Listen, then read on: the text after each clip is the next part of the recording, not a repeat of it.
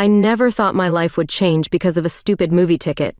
There I was, Lisa Wood, the face of KPLX News at 6, arguing with a pimply-faced teenager over reserved seating.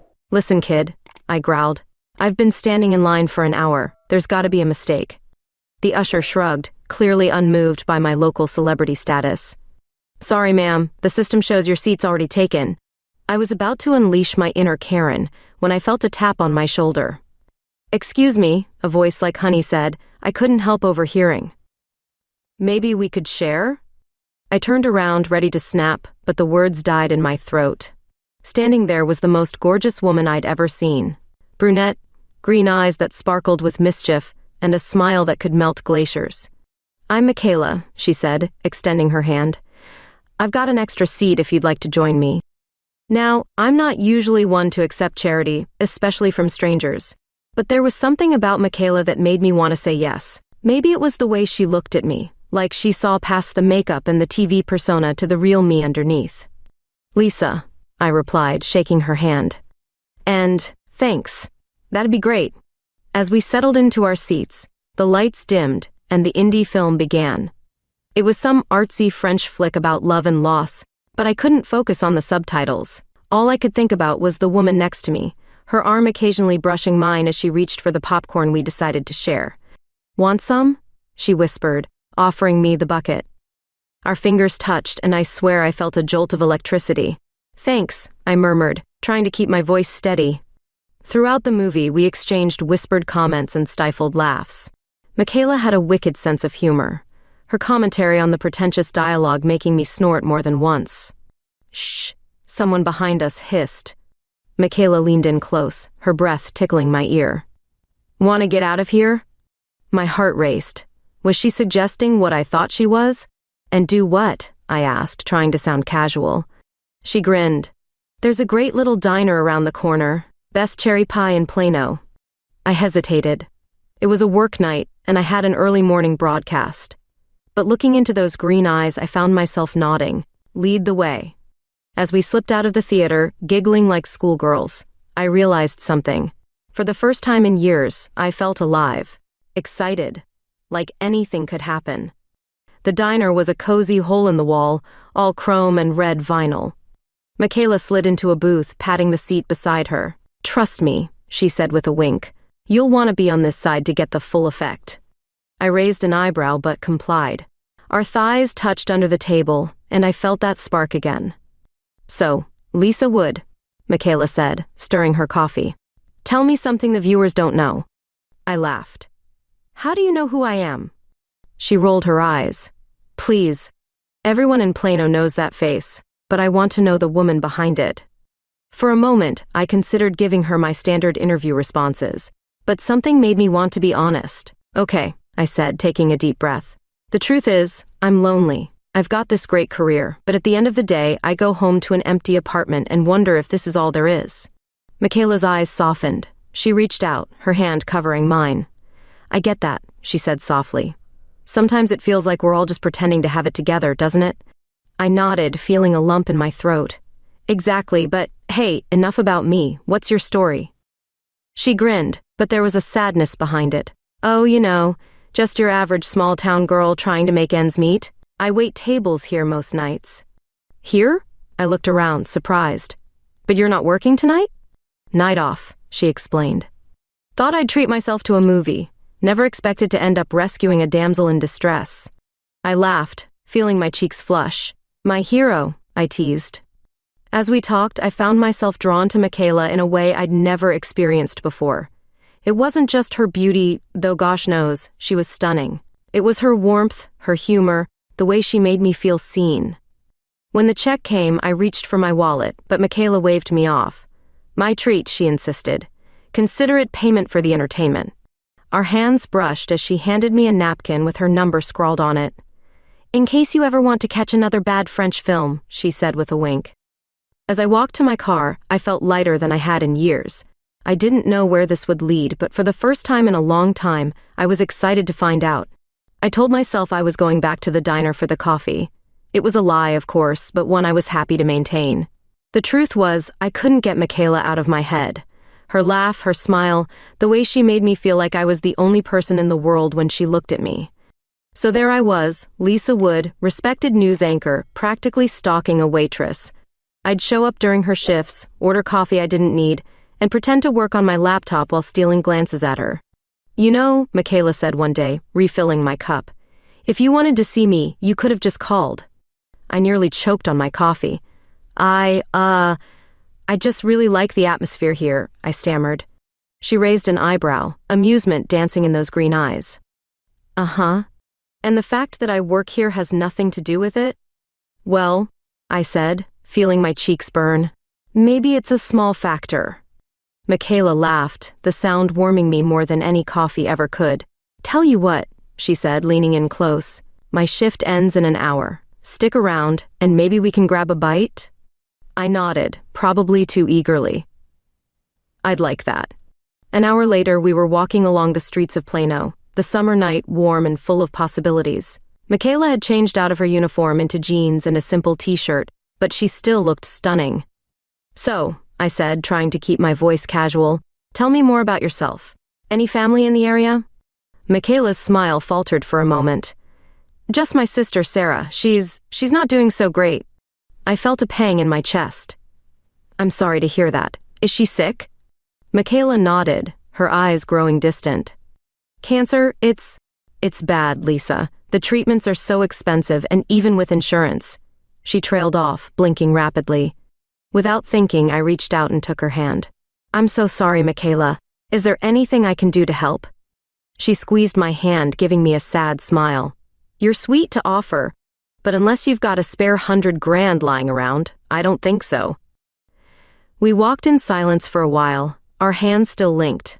I couldn't stop thinking about Michaela's situation. Here I was, worrying about my lonely nights, while she was dealing with something so much bigger. Tell me about her, I said softly. Your sister. Michaela's face lit up despite the sadness in her eyes.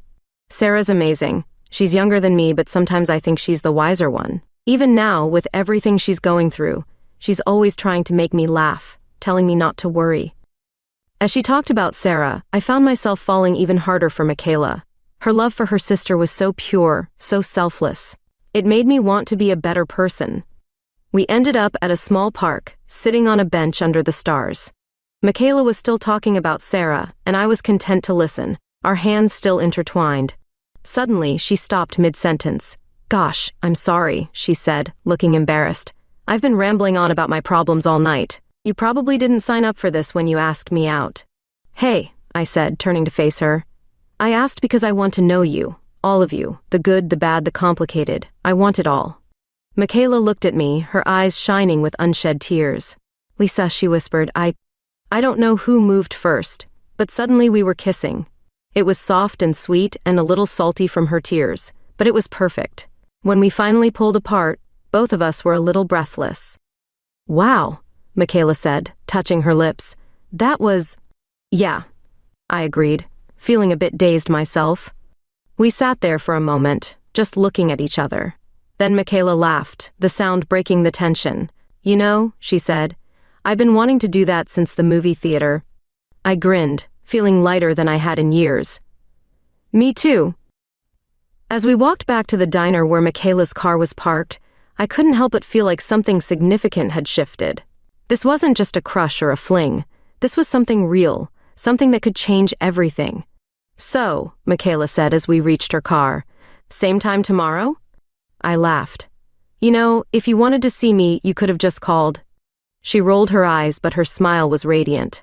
Smartass, she said, pulling me in for another kiss. As I watched her drive away, I felt a mix of emotions. Joy at this new connection, worry for Sarah, and a growing determination to help somehow. I was Lisa Wood, after all. I had connections, resources. There had to be something I could do. Little did I know, that determination would lead me down a path I never expected. A path that would test my ethics, my career, and this fragile new relationship I'd found. But in that moment, standing in the warm Plano night, all I could think about was Michaela's kiss and the promise of tomorrow. I've always prided myself on my journalistic integrity. It's what got me to where I am today, the face of KPLX News at 6. But as I sat at my desk, Staring at the documents in front of me, I felt that integrity beginning to crack. It had started innocently enough, a routine investigation into local business practices. But what I'd uncovered was anything but routine. Plano's golden boy, tech mogul Robert Chambers, was knee-deep in a corporate scandal that would make Wall Street blush. Ordinarily, this would be the story of a lifetime, career-making stuff. But all I could think about was Michaela and her sister Sarah. $100,000, Michaela had said. That's what they needed for Sarah's treatment. I glanced at my phone, smiling despite myself at the wallpaper, a selfie Michaela had insisted on taking during our last date. We'd been seeing each other for weeks now, stealing moments between my broadcasts and her shifts. Every time I saw her, I fell a little harder. But the shadow of Sarah's illness hung over everything. I'd seen the toll it was taking on Michaela, the worry lines etched on her forehead, the dark circles under her eyes that even her cheerful smile couldn't hide. I looked back at the documents, the information I had. It was dynamite. The kind of thing Chambers would pay dearly to keep quiet. The thought hit me like a truck. He could pay. He could pay, and Sarah could get her treatment, and Michaela. Gosh, what am I thinking? I muttered, rubbing my temples. This wasn't me. I didn't blackmail people, no matter how deserving. I exposed the truth. That's what journalists did. But then I remembered Michaela's face when she talked about Sarah. The fear, the love, the desperation. And suddenly, I wasn't Lisa Wood, respected news anchor. I was just a woman who would do anything for the person she was falling in love with. Before I could talk myself out of it, I picked up my phone and dialed a number I'd never thought I'd use. Mr. Chambers? This is Lisa Wood from KPLX News. We need to talk. The next few days were a blur of secret meetings and veiled threats. I felt dirty, compromised. But every time I wavered, I thought of Michaela and Sarah, and I steeled myself. It was raining the night I decided to tell Michaela everything. We'd planned a walk in the park, but the weather had other ideas. Instead, we huddled under the awning of a closed coffee shop, watching the rain fall. "Penny for your thoughts?" Michaela said, nudging me gently. "You've been quiet all evening." I took a deep breath. "Michaela, I did something. Something I'm not proud of, but I did it for you. For Sarah." She frowned, turning to face me fully. "Lisa, what are you talking about?" I told her everything. The investigation, the scandal, the blackmail. As I spoke, I watched her expression change from confusion to shock to something I couldn't quite read. When I finished, there was a long silence, broken only by the sound of rain. Finally, Michaela spoke, her voice barely above a whisper. "You did this for us?" I nodded, unable to meet her eyes. "I know it was wrong, but I couldn't stand seeing you suffer. I just wanted to help." Suddenly, Michaela's hands were on my face, forcing me to look at her. Her eyes were shining with tears, but there was something else there too, something that made my heart race. "Lisa Wood," she said, her voice thick with emotion. "You are the most infuriating, stubborn, beautiful woman I have ever met." And then she was kissing me, hard and desperate, her hands tangling in my hair. I kissed her back with equal fervor, pouring all my fears and hopes and love into it. When we finally broke apart, both of us were breathless. Michaela rested her forehead against mine, her eyes closed. "We'll figure this out," she said softly, "together. But promise me, no more illegal stuff, okay? I don't want to visit you in prison." I laughed, relief washing over me. "Promise. Although, I don't know, the orange jumpsuit might be a good look for me." Michaela rolled her eyes, but she was smiling. "You're impossible," she said, pulling me in for another kiss. As we stood there, wrapped in each other's arms while the rain fell around us, I felt a sense of peace I hadn't experienced in weeks. Whatever came next, we'd face it together. But life, as I was quickly learning, had a way of throwing curveballs when you least expected them. And the pitch that was coming our way was about to change everything. Later that night, as I lay in bed unable to sleep, my phone buzzed with a text from an unknown number. My blood ran cold as I read the message. "I know what you did, Miss Wood. Let's talk about your future at KPLX. JC." James Cox, the station manager. Somehow, he knew. And just like that, the house of cards I'd built came tumbling down. I stared at the ceiling, my mind racing. I'd risked everything for Michaela and Sarah. My career, my reputation, my freedom. And now it seemed the bill was coming due. But as I thought about Michaela's kiss in the rain, the way she'd looked at me when I confessed, I realized something. No matter what happened next, I didn't regret a thing. Because for the first time in my life, I'd found someone worth fighting for. With that thought, I closed my eyes, ready to face whatever tomorrow would bring. After all, I was Lisa Wood. I'd weathered storms before, and with Michaela by my side, I could weather anything. The next morning, I walked into KPLX with my head held high, despite the knot in my stomach. James Cox's office loomed at the end of the hallway, a guillotine waiting to fall. "Lisa," he greeted me, his smile not reaching his eyes. "Have a seat." I sat, my hands clasped tightly in my lap to hide their trembling. "James, I can explain." He held up a hand, silencing me. "Before you do, I think there's something you should know." He slid a folder across the desk. "Robert Chambers isn't just a local businessman, he's one of our major investors." My blood ran cold. This was worse than I'd imagined.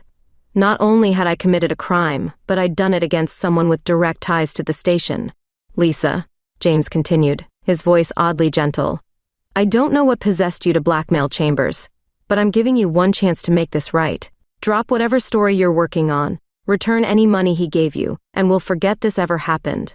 I stared at him, my mind reeling. "And if I don't?" His expression hardened. "Then I'll have no choice but to turn over the evidence to the board, and the police." I left his office in a daze, my career hanging by a thread. As I stumbled to my desk, my phone buzzed. A text from Michaela. "Sarah's not doing well. Doctor says we need to start the new treatment as soon as possible. Can we talk?" My heart sank. The money from Chambers was supposed to pay for that treatment. Money I now had to return. I texted back a quick "on my way" and headed for the door, my mind a whirlwind of guilt and fear. At the hospital, I found Michaela pacing outside Sarah's room. When she saw me, she rushed into my arms, her body shaking with silent sobs. "Hey," I murmured, stroking her hair. "Talk to me. What's going on?" She pulled back, wiping her eyes. "The doctor says if we don't start the new treatment soon, Sarah might not." She couldn't finish the sentence. I took a deep breath.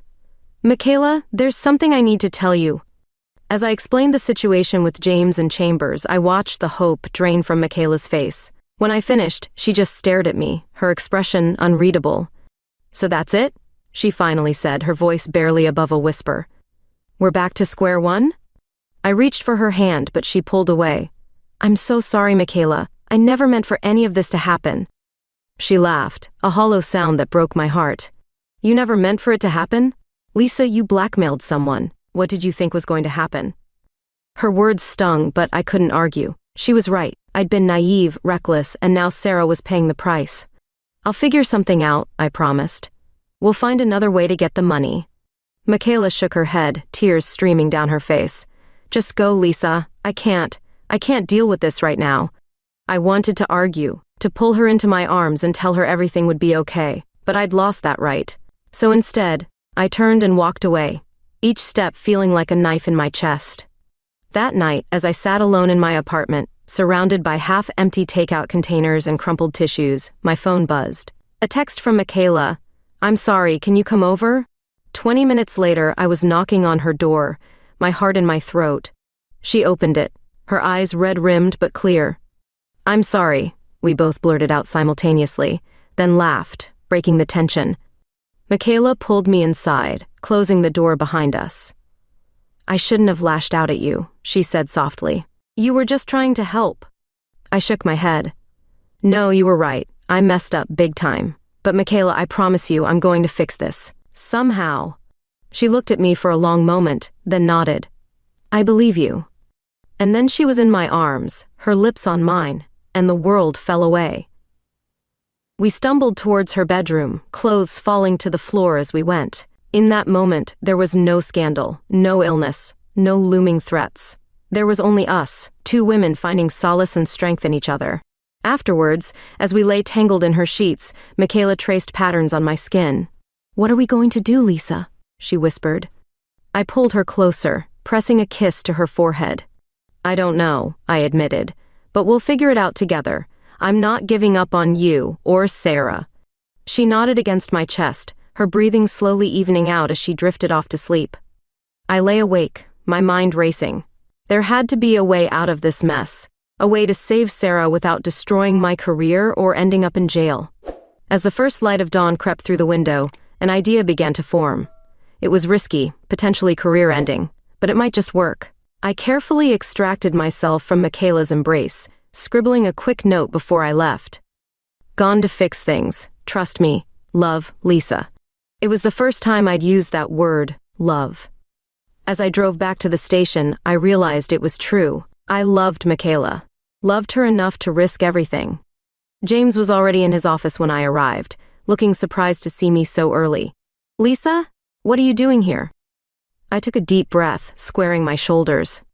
James, I'm not dropping the story on Chambers. In fact, I'm going to break it. All of it. Including my own part in it. His jaw dropped. Are you insane? You'll destroy your career. Maybe, I agreed. But it's the right thing to do. And I'm hoping that by coming clean, by exposing the whole truth, I can make things right. James stared at me for a long moment, then slowly nodded. You always were the best journalist we had, Lisa. Crazy, but the best. He sighed heavily. All right, let's hear this story of yours. As I began to speak, laying out the whole sordid tale, I felt a weight lifting from my shoulders. Whatever happened next, I was done with lies and secrets. It was time for the truth to come out, consequences be damned. Little did I know, those consequences would be more far-reaching than I could have ever imagined. The fallout was swift and merciless. Within hours of my expose airing, social media exploded.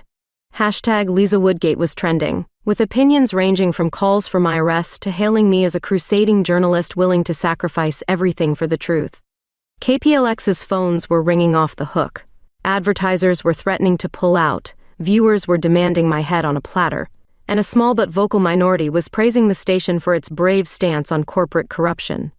I sat in James's office, watching the chaos unfold on multiple screens.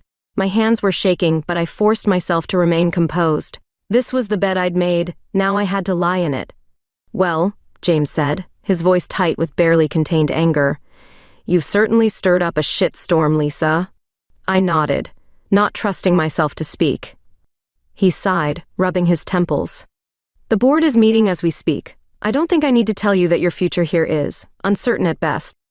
I understand, I said quietly. For what it's worth, James, I'm sorry for putting you in this position. He looked at me for a long moment, then shook his head. Damn it, Lisa. You were supposed to be the next big thing, the face of KPLX for years to come. Why'd you have to go and throw it all away? I thought of Michaela, of Sarah fighting for her life in that hospital bed. Some things are more important than a career, James. Before he could respond, his phone buzzed. He answered, his face growing grimmer by the second. When he hung up, he wouldn't meet my eyes. That was the board, he said softly. You're suspended, effective immediately, pending further investigation. I nodded, having expected as much. I understand. I'll clear out my desk. As I walked through the newsroom, I could feel everyone's eyes on me. Some looked sympathetic, others judgmental, but most just seemed shocked.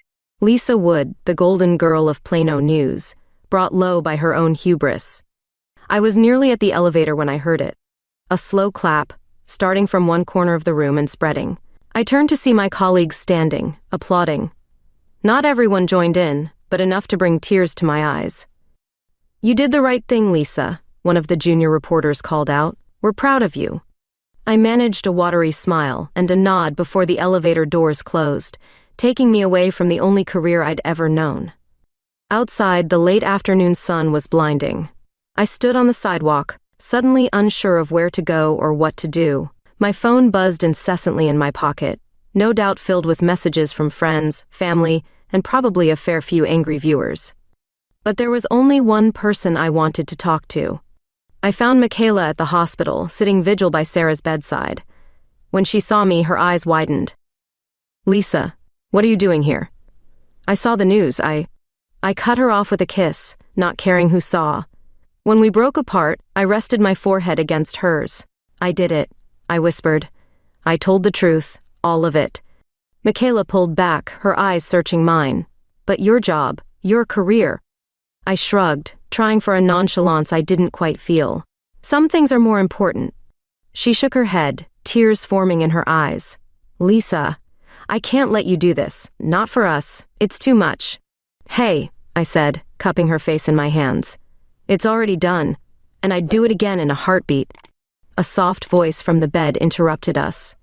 You two are disgustingly cute, you know that? We turned to see Sarah watching us, a weak smile on her pale face. Michaela was at her side in an instant, fussing over her sister. How are you feeling? She asked, smoothing Sarah's hair back from her forehead. Sarah rolled her eyes, but the effect was somewhat diminished by how frail she looked. Like I got hit by a truck. But hey, at least I have front row seats to this soap opera you two are starring in. I couldn't help but laugh. Even sick, Sarah had a way of cutting through the tension.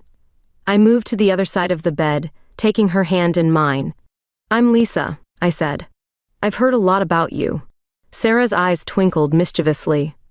All lies, I'm sure. Don't believe a word this one says about me. She jerked her head towards Michaela, who snorted. As if I could make up half the trouble you've gotten into, Michaela retorted. As I watched the sisters banter, I felt a warmth bloom in my chest. This was what I'd risked everything for. This love, this family.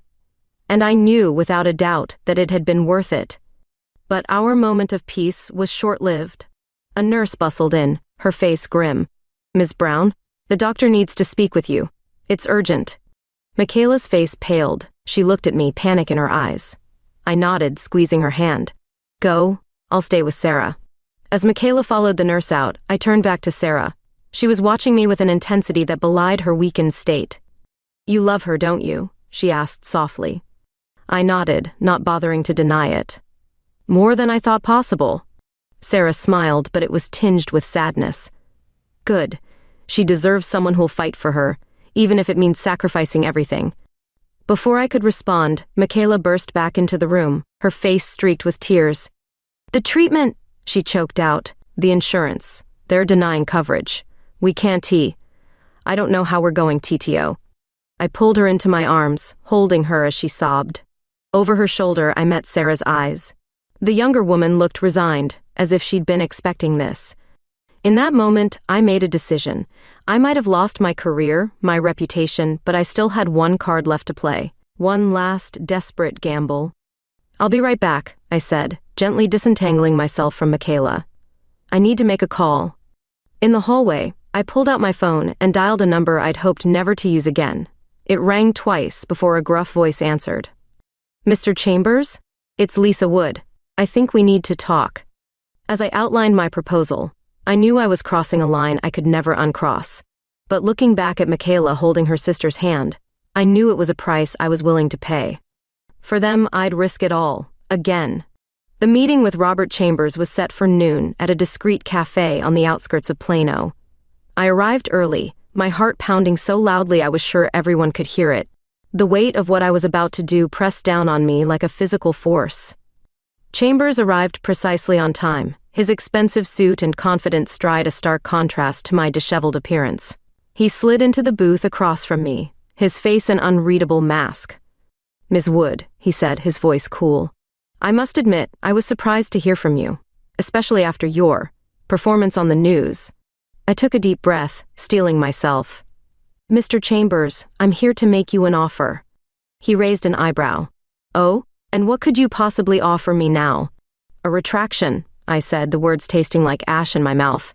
A full public retraction of my story. I'll claim it was all a misunderstanding, that I jumped to conclusions without proper evidence. Chambers leaned back, a slow smile spreading across his face. Now that is interesting. And what would you want in return for this? Retraction? I slid a piece of paper across the table. This amount for Sarah Brown's medical treatment. He glanced at the figure, then back at me. That's a substantial sum, Ms. Wood. And why should I care about some random girl's medical bills? Because it's the right thing to do, I said, knowing even as the words left my mouth how naive they sounded. And because if you do this, I'll not only retract my story but also stay quiet about any future indiscretions I might uncover. Chambers' eyes narrowed. Are you offering to be my personal watchdog at KPLX? To bury any negative stories about me or my company? I nodded, feeling sick to my stomach. Yes, that's exactly what I'm offering. He studied me for a long moment, then chuckled. You really are something else, Ms. Wood. throwing away your career for a woman, and now your integrity for her sister. It's almost admirable, in a misguided sort of way. I remained silent, waiting. Finally, Chambers nodded. Very well, I accept your offer. The money will be transferred to the hospital by end of day. And I expect to see your retraction on tonight's news. As he stood to leave, he paused, looking down at me with something almost like pity. I hope she's worth it, Ms. Wood, because after this, your credibility as a journalist will be non-existent. I watched him walk away, feeling a mixture of relief and self-loathing. What I'd just done went against everything I believed in as a journalist. But as I thought of Sarah lying in that hospital bed, of Michaela's tear-stained face, I knew I'd do it all again in a heartbeat. Back at the hospital, I found Michaela pacing outside Sarah's room. When she saw me, she rushed over, her eyes wild with a mixture of hope and fear. Lisa? Where have you been? The doctor just told us they received an anonymous donation covering all of Sarah's treatment. Do you know anything about this? I pulled her into a hug, burying my face in her hair to hide my expression. That's wonderful news, I murmured. Sarah's going to get the treatment she needs. Michaela pulled back, studying my face. Lisa, what did you do? I forced a smile. Nothing you need to worry about. What matters is that Sarah's going to be okay. Before she could press further, a commotion from Sarah's room caught our attention. We rushed in to find Sarah sitting up in bed, looking more alive than I'd seen her yet. Did you hear? She exclaimed. Some guardian angel just paid for everything. I'm going to get the treatment. Michaela burst into tears, hugging her sister tightly. I stood back, watching the scene with a bittersweet smile. This was why I'd done it. This moment right here. As the sisters celebrated, my phone buzzed. A text from James. Board wants you back at the station, now. I slipped out quietly, not wanting to dampen their joy with my impending doom. The ride back to KPLX felt like a journey to the gallows. James was waiting for me in the lobby, his face grim. The board's decision is final, he said without preamble. You're to go on air tonight and retract your story about Chambers. Claim it was all a misunderstanding. I nodded, having expected as much. And after that? He sighed heavily. After that. You're on thin ice, Lisa. One more misstep and you're done. Understand? I understood all too well. My career, my reputation, my integrity, all hanging by a thread. But as I thought of Michaela's smile, of Sarah's renewed hope, I knew it was a price I was willing to pay. That night, I sat at the news desk, the familiar lights feeling suddenly harsh and unforgiving. As the camera red light blinked on, I took a deep breath and began. Good evening, Plano. This is Lisa Wood, with an important update on a story we brought you last week. As I spoke the words that would effectively end my credibility as a journalist, I thought of Michaela, of the way she looked at me, like I was her personal hero, of the future we might have together now that Sarah had a fighting chance. When the broadcast ended, I slumped in my chair, emotionally drained. My phone buzzed with a text from Michaela. Just saw the news. Are you okay? Come over? I smiled despite myself. Maybe I'd lost my career, my reputation, but I'd gained something far more valuable. A chance at love, at family, at a life beyond the relentless pursuit of the next big story.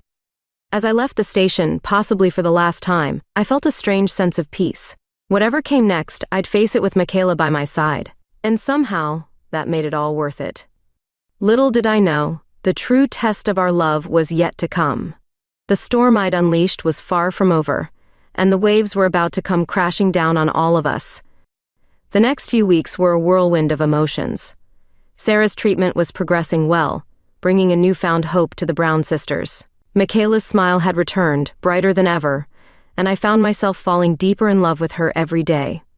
But beneath the surface, trouble was brewing.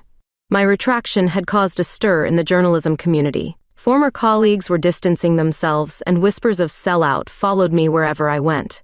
One rainy afternoon, as I was leaving the grocery store, a familiar voice called out, "Lisa Wood?" I turned to see Andrea, a fellow reporter from a rival station. Her expression was a mix of curiosity and disdain. "Hey, Andrea," I said, forcing a smile. "How's it going?" She ignored my question. "What happened, Lisa? That Chambers story was gold. Why'd you retract it?" I shifted uncomfortably, the weight of my lies pressing down on me. It was a misunderstanding. I jumped the gun. Andrea's eyes narrowed. "Bullshit, I know you, Lisa. You don't make mistakes like that. What's really going on? Before I could respond, my phone buzzed. A text from Michaela. Sarah's having a good day. Movie night at my place? I couldn't help but smile, some of the tension leaving my body. I've gotta go, Andrea. Take care. As I walked away, I heard her call out. This isn't over, Lisa. The truth always comes out.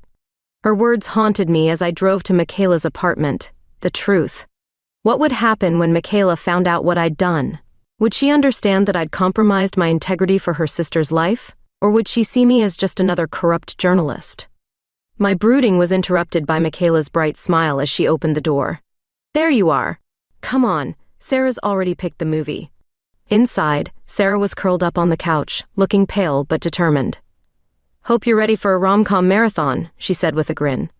As we settled in, Michaela snuggled close to me, her head on my shoulder. The warmth of her body against mine pushed away the doubts, if only for a moment. Halfway through the second movie, Sarah fell asleep. Michaela carefully adjusted her blanket, then turned to me with a soft smile. Thank you, she whispered. I frowned. For what? For everything. For being here. I don't know, just for being you. The guilt I'd been carrying threatened to overwhelm me. Michaela, there's something I need to tell you. But before I could continue, there was a sharp knock at the door. Michaela frowned, glancing at the clock. Who could that be at this hour? She opened the door to reveal two men in suits. Michaela Brown? One of them asked. I'm Detective Johnson, this is Detective Rivera. We'd like to ask you a few questions about a recent anonymous donation to your sister's medical fund. My blood ran cold. This was it. The other shoe dropping. Michaela looked confused. I don't understand. What's this about? Detective Johnson's eyes landed on me. Ms. Wood, I'm surprised to see you here. Perhaps you'd like to explain? Michaela turned to me, her eyes wide with confusion and the first hints of betrayal. Lisa, what's going on? I opened my mouth, but no words came out. How could I explain that I'd sacrificed everything, my career, my integrity, possibly even her trust, all for love? The next few hours were a blur of questions and accusations. The detectives revealed that the anonymous donation had been traced back to Robert Chambers, raising suspicions of bribery and corruption. Michaela listened in stunned silence as I finally confessed everything, the blackmail, the deal with Chambers, the retraction. When I finished, the room was so quiet you could hear a pin drop. Finally, Michaela spoke, her voice barely above a whisper. Get out. Michaela, please. I can explain. Get out. Her voice was steel now, her eyes flashing with anger and hurt. As I stumbled out of the apartment, the detectives close behind, I caught a glimpse of Sarah. She was awake, watching the scene unfold with a mixture of confusion and sadness. Outside, the rain had turned into a full-blown storm, matching the turmoil in my heart. Detective Johnson turned to me, his expression grim. Ms. Wood, I'm afraid you'll need to come down to the station for further questioning. I nodded numbly, too drained to argue. As we drove through the rain-slick streets of Plano, I couldn't help but wonder how it had all gone so wrong. I'd only wanted to help, to save Sarah's life and build a future with Michaela. Instead, I'd destroyed everything. The interrogation room was cold and stark, a fitting backdrop for the unraveling of my life. I answered their questions mechanically, no longer caring about protecting myself. Did you blackmail Robert Chambers? Yes. Did you accept a bribe to retract your story? Yes. Were you aware that your actions constituted a federal offense? I looked up at that, meeting Detective Johnson's eyes. I was aware that I was breaking the law. I did it anyway. He leaned back, studying me. Why? Why throw away your career, your reputation for this? For a moment, I saw Michaela's face in my mind, her smile, the way her eyes lit up when she talked about her sister. Because, I said softly, sometimes love makes you do crazy things. As dawn broke over Plano, I was released on bail, with strict instructions not to leave town. The station had suspended me indefinitely, pending a full investigation. My phone was flooded with missed calls and messages, most from reporters looking for a statement. But the only message I cared about was from Michaela. We need to talk. Meet me at the diner, 9 a.m. As I walked into the diner, our diner, where this whole crazy journey had started, I saw Michaela sitting in our usual booth. She looked tired, her eyes red-rimmed from crying. I slid into the seat across from her, my heart pounding. Michaela, She held up a hand, stopping me. Before you say anything, I need you to listen. What you did, it was wrong, illegal. You lied to me, to everyone. I nodded, accepting her words. But, she continued, her voice softening slightly, you did it to save my sister's life, and I can't ignore that. Hope fluttered in my chest. Does this mean? Michaela sighed, running a hand through her hair. I don't know what it means, Lisa. I'm angry and hurt and confused. But I also know that I love you. And that's not something I can just turn off. She reached across the table, taking my hand in hers. We've got a long road ahead of us. Legal battles, rebuilding trust, figuring out where we go from here. But if you're willing to fight for us, really fight, then maybe we can find a way through this, together. As I looked into her eyes, seeing the mix of pain and love reflected there, I knew that whatever challenges lay ahead, I was ready to face them. For Michaela, for us, I'd do it all again. Together, I agreed, squeezing her hand. And for the first time in days, I felt a glimmer of hope. The months that followed were the hardest of my life. Legal battles, public scrutiny, and the constant struggle to rebuild trust with Michaela. It was a gauntlet that tested every ounce of my strength and resolve. The trial was a media circus. Every day I'd walk up the courthouse steps, cameras flashing in my face, reporters shouting questions. Lisa, did you do it for love or money? Ms. Wood, do you regret your actions? I kept my head down, Michaela's hand firmly in mine, a united front against the world. Inside the courtroom, my career was dissected, my motivations questioned, my integrity torn to shreds. The prosecution painted me as a corrupt journalist who'd sold out for personal gain. My defense team argued that I was a woman driven to desperate measures by love and compassion. Through it all, Michaela stood by me. It wasn't easy. I could see the doubt in her eyes sometimes, the struggle to reconcile the woman she loved with the one on trial. But every morning she'd be there, squeezing my hand and whispering, "We've got this." Sarah's testimony was the turning point. Still weak from her treatments, she took the stand and spoke about the desperation of her situation, the miracle of the anonymous donation that saved her life. I didn't know where the money came from, she said, her voice shaky but determined. But I know that without it, I wouldn't be here today. And I know that Lisa Wood, whatever her faults, played a part in saving my life. The jury deliberated for 3 days. Those were the longest hours of my life, pacing in my apartment, alternating between hope and despair. Michaela was my rock, holding me when the anxiety became too much, reminding me to breathe. When the verdict finally came, it was a mixed bag, guilty on some charges, not guilty on others. The judge, taking into account the unique circumstances and Sarah's testimony, sentenced me to probation and community service. No jail time. As we left the courthouse for the last time, I felt a weight lift from my shoulders. It wasn't over, not by a long shot, but at least now we could start to move forward. So, Michaela said, as we stood on the steps, blinking in the bright Plano sunlight. What now?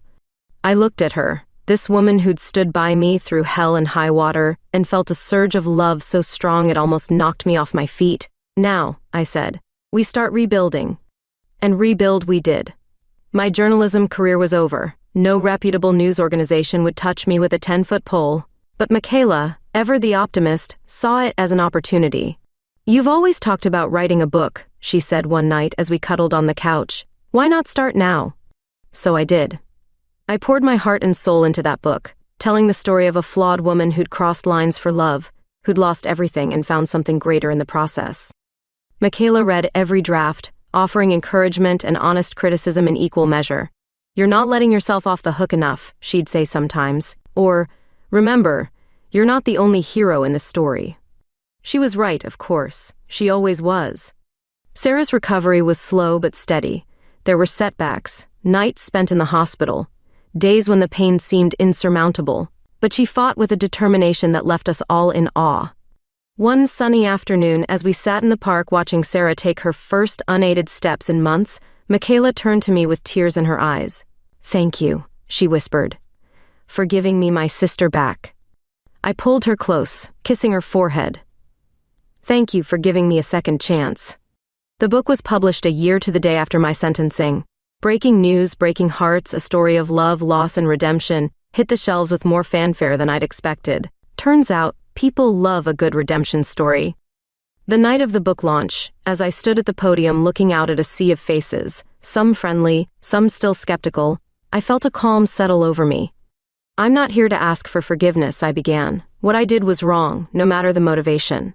But I am here to share a story about the power of love, the strength of family, and the possibility of redemption. My eyes found Michaela in the crowd, Sarah beside her. They both smiled, encouraging me on. I lost my career, my reputation, nearly my freedom, but I gained something far more precious. A family, a love that withstood the worst storm, and a chance to do better, to be better. As I finished my speech, the applause was polite but restrained. I didn't mind. I wasn't there for their approval. I was there for the two women making their way towards me, pride shining in their eyes. Michaela reached me first, pulling me into a fierce hug. "You did it, babe," she whispered. "You really did it." Sarah joined our hug, her strength returning more every day. "Not bad, sis," she said with a grin. "Might even buy a copy myself." As we stood there, laughing and crying and holding each other close, I realized something. This moment, this love, was worth everything I'd been through. Every struggle, every setback, every moment of doubt. Later that night, as Michaela and I lay in bed, she propped herself up on one elbow, looking at me with those green eyes I'd fallen in love with all those months ago. "So," she said, a mischievous smile playing on her lips, "what's next for the great Lisa Wood?" I pulled her close, breathing in the scent of her hair. "Honestly, I don't know, but as long as I've got you by my side, I'm ready for anything." She kissed me then, soft and sweet and full of promise. And as we drifted off to sleep, I knew that whatever challenges tomorrow might bring, we'd face them together. Because that's what family does. That's what love does. It wasn't a fairy tale ending. My reputation was still in tatters, my career a shadow of what it once was. But I had Michaela, I had Sarah, I had a chance to do some good in the world. And really, what more could a fallen news anchor ask for? As I closed my eyes, Michaela's warmth beside me, I smiled. The story of Lisa Wood, disgraced journalist turned author, was far from over. But the next chapter? Well, that was looking pretty damn good.